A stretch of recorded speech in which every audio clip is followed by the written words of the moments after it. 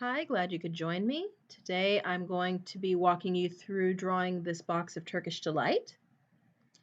So the first thing you'll want to do is take an extra piece of paper and we're going to practice drawing some cubes because that's essentially what each of the pieces of Turkish Delight are.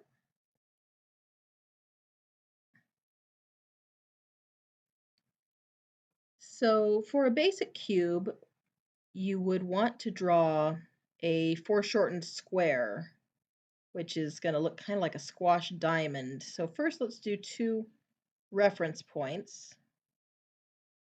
and then we'll do another above and below. And we'll go ahead and connect those.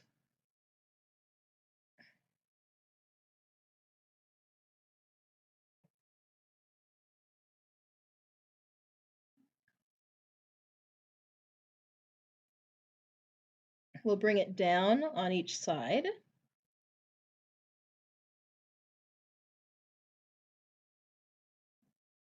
And down just a little bit further in the middle because we're looking down slightly at it. So you would actually get a longer line right here. And the back, also because it's nearest to us, it would be the longest. And the back edges are going to be smaller as they're farther away. But you'll notice I also made a more acute point for this corner than I did up here because of the angle we are looking at. Because we're looking down, this one's going to have a different, slightly different perspective, and it just makes it look more realistic. You won't need to worry about most of these things when you're drawing the Turkish Delight because Turkish Delight tends to be pretty squashy, and if the piece is a little irregular, that'll actually make it look better. So there is your basic cube. You could draw another one for practice.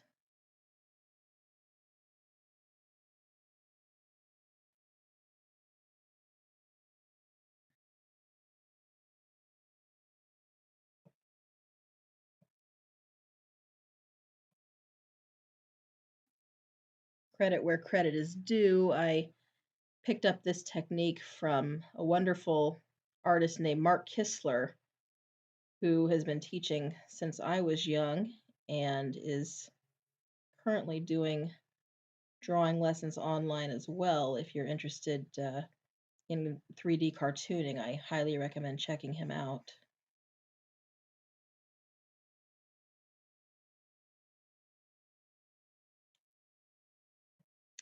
And then you want to consider where your light source is. So we'll go ahead and assume our light is coming there from the upper right, and that's going to affect which side of the cubes you're shading, and also if they're casting shadows, where that will be.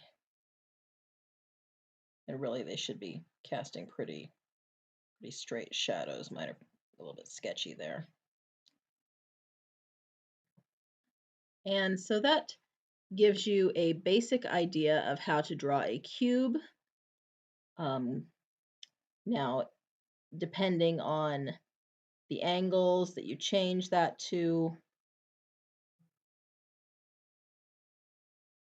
how big you make the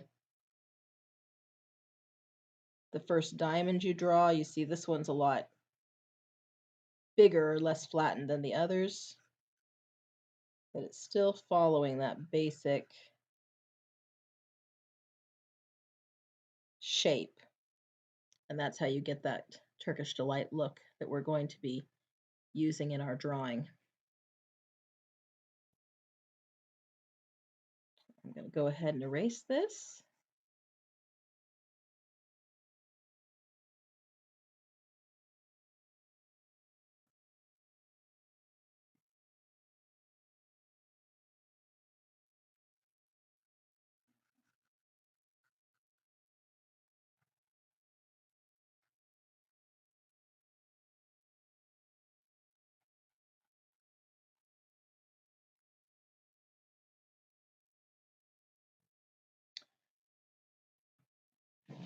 And for our box, we can say this is a nice silver candy box.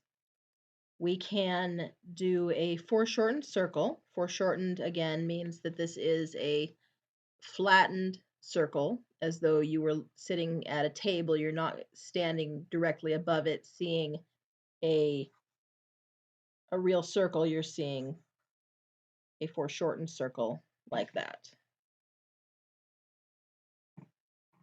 So let's start out. You can draw this lightly because you are going to be filling it up, but let's do the top edge.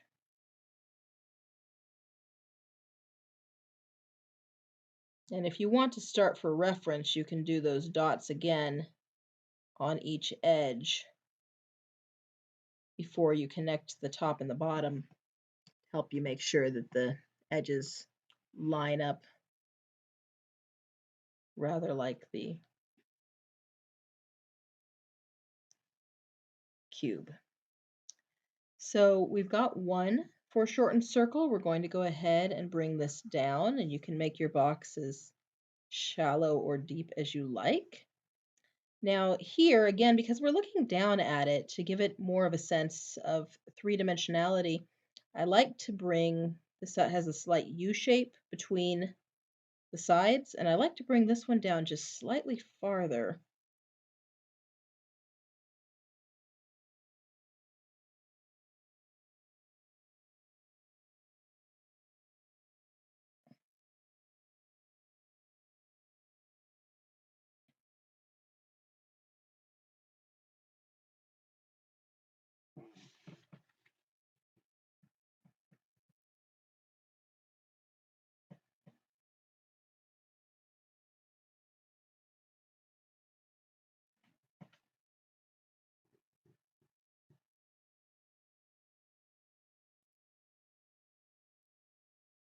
And you know, my big regret, I'm considering this, and I'm wishing I had drawn it a bit bigger. So I'm actually going to restart this.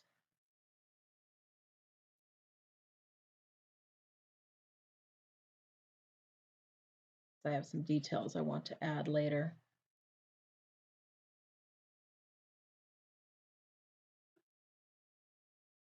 So let's try that a little larger, and I'll go ahead and start with those reference dots.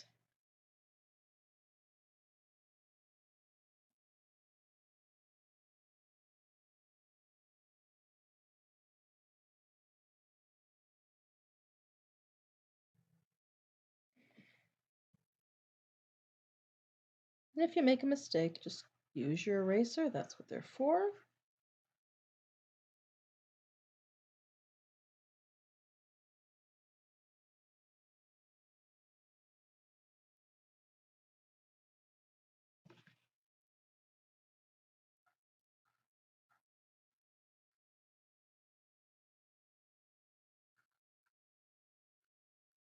Do our lines down the side.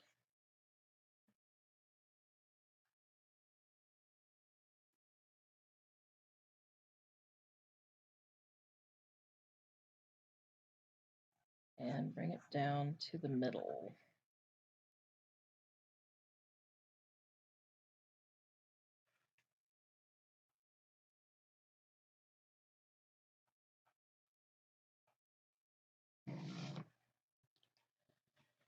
Now over here, we're going to go ahead and draw a lid.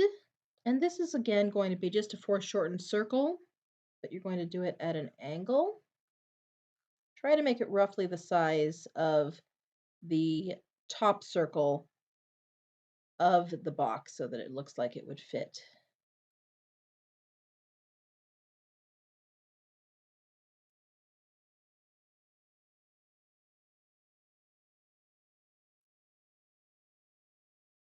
And if it turns out that your foreshortened circle is a little wider or thinner than the circle you made for the top of the box, that's going to be okay because it could just mean it's laying at a different angle.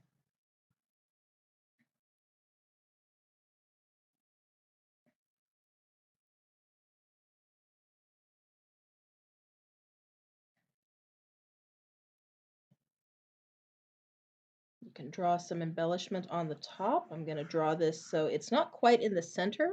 You see how it's closer to the back than it is to the front, because the front is nearest to us. Then assuming that this circle is in the center of the lid, then the section nearest to us would appear wider. So if you put it further down, it's going to appear less three-dimensional unless the lid is actually quite wide and is leaning more on the viewer's side of the box. And then you're going to want to have a nice little handle, and I think it's cuter if it sort of sticks out above the line. It's not a horizon line, but sort of the horizon of that lid there. So we'll go ahead and have that stick up and maybe just give it a little effect here that it's got a tapered handle.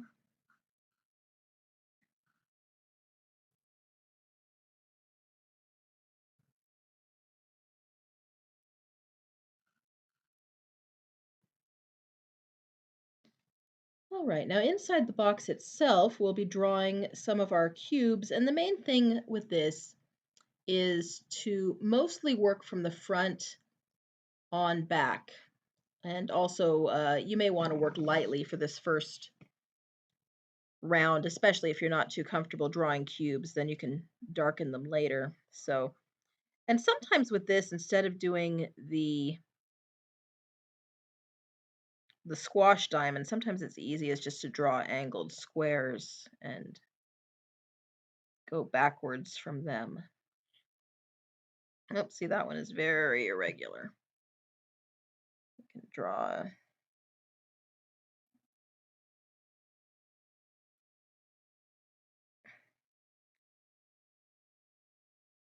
another piece here, and you can add them any way you like. You certainly can choose your own placement. And if some of them, again, look a little bit askew and not perfectly cube-like, that will be just fine. It just means the confectioner was not precise when cutting the pieces, and that gives a drawing character.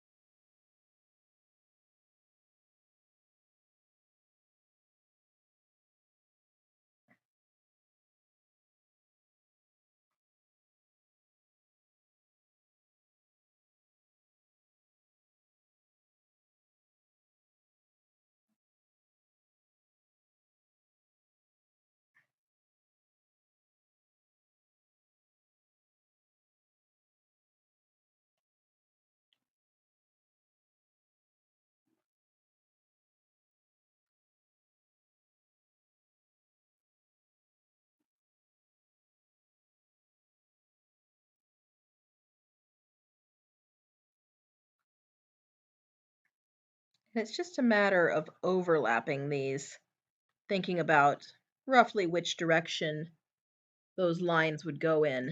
Or if you're more comfortable making them more perfect cubes, you could start at the back with very light lines and then overlap as you get to the front. The overlapping lines, for example, on this cube, I use that term loosely, are going to make it look as though it is in front of this cube above it. The cubes also that are farther back are going to look more, the cubes that are higher, rather, are going to look as though they are farther back in your drawing. And we can take a look here if you have a scene and you have some trees, and you have a tree down here, and you have a tree over here. Which one is farther away is the one in the back, and of course it helps a little if it's a little bit smaller as well. This These are all very close together, so the relative size of the cubes is less important as far as making something look distant. So there is an ample box of Turkish Delight.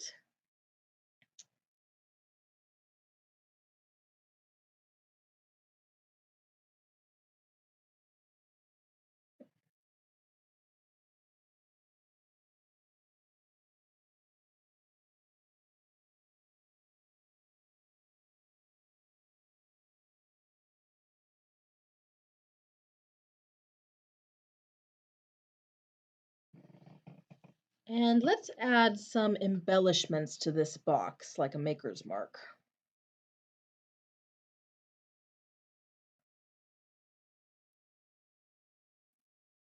Going to draw, it almost looks like a mouth, doesn't it? But we're going to draw a circle or an oval there, and then another near to the bottom, we'll draw the second oval, take it up from there, and with a little bit of zigzagging, we can have a crown.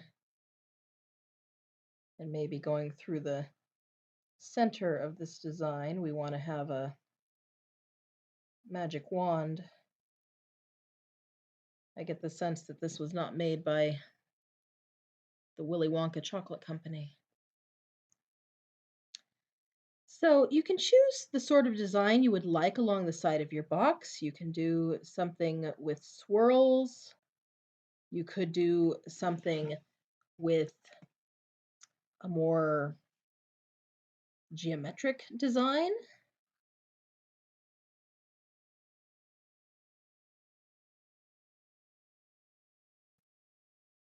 It's really just a matter of preference.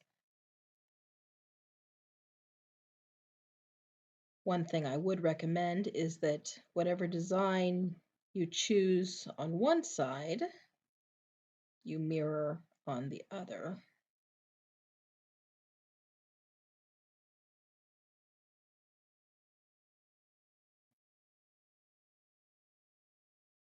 Or you can leave this plain.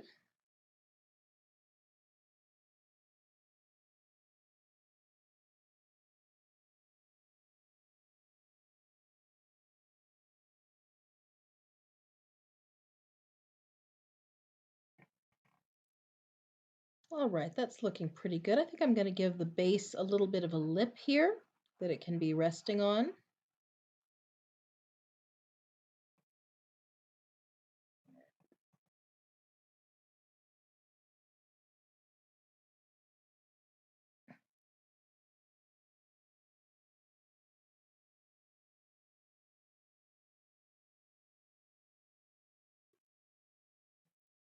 All right, so we are most of the way to having the design done. Let's put some, before we do our shading, let's go ahead and put some design work on that lid as well. And this can be either a copy of what's down there. You might want to do a different pattern. I'm going to do some light scribbles just to get this one some texture. And sometimes that's all you need, especially if you're drawing smaller. Let's erase our line there.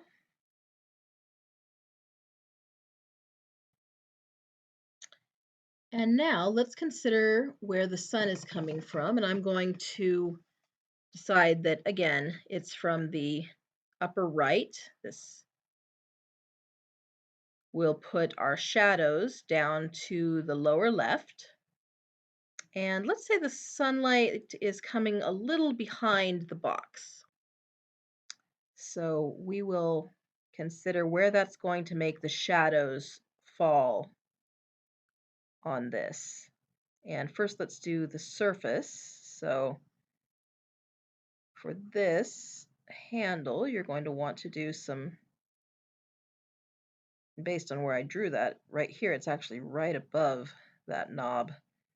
So we'll want to make sure that the shadow is being cast in the correct direction. And then on this box, you're going to have the shadow of the box on the box will be right over here.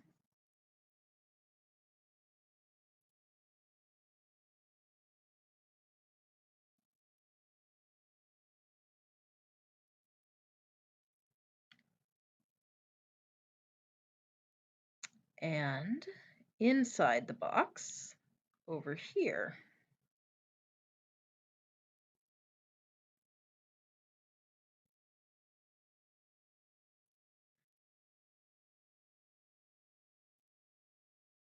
maybe right there, if there's no candy, we'd have a very dark shadow.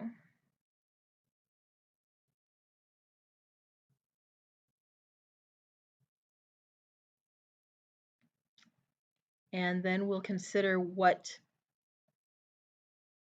area will be in shadow on the surface of our table or stone, whatever the box is sitting on, and we will go ahead and have that lid cast its shadow as well, which should go up to the box. Might even come down right here underneath itself a little.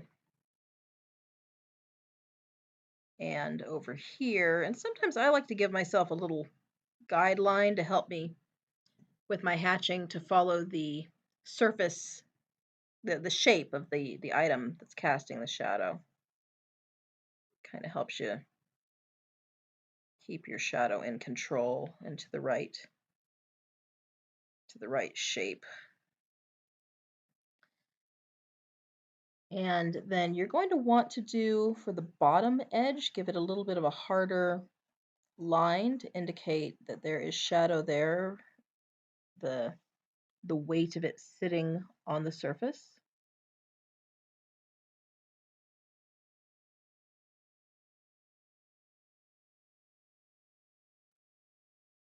Not quite sure what happened right here.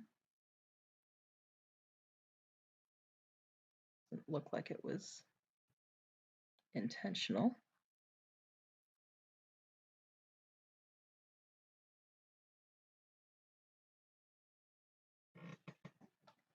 And then we'll want to go ahead and also to do the finishing touch, we're going to want to put shadows on the candy itself so that it has more dimension.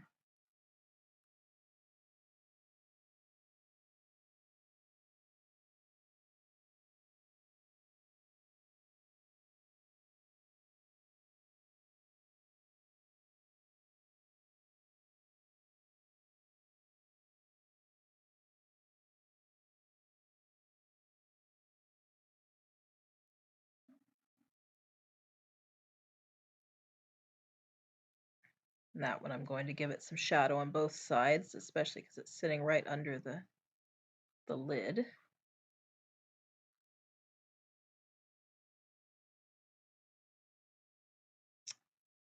All right. And there we have our box of Turkish Delight. And I hope you enjoyed today's lesson, and I hope to see you again.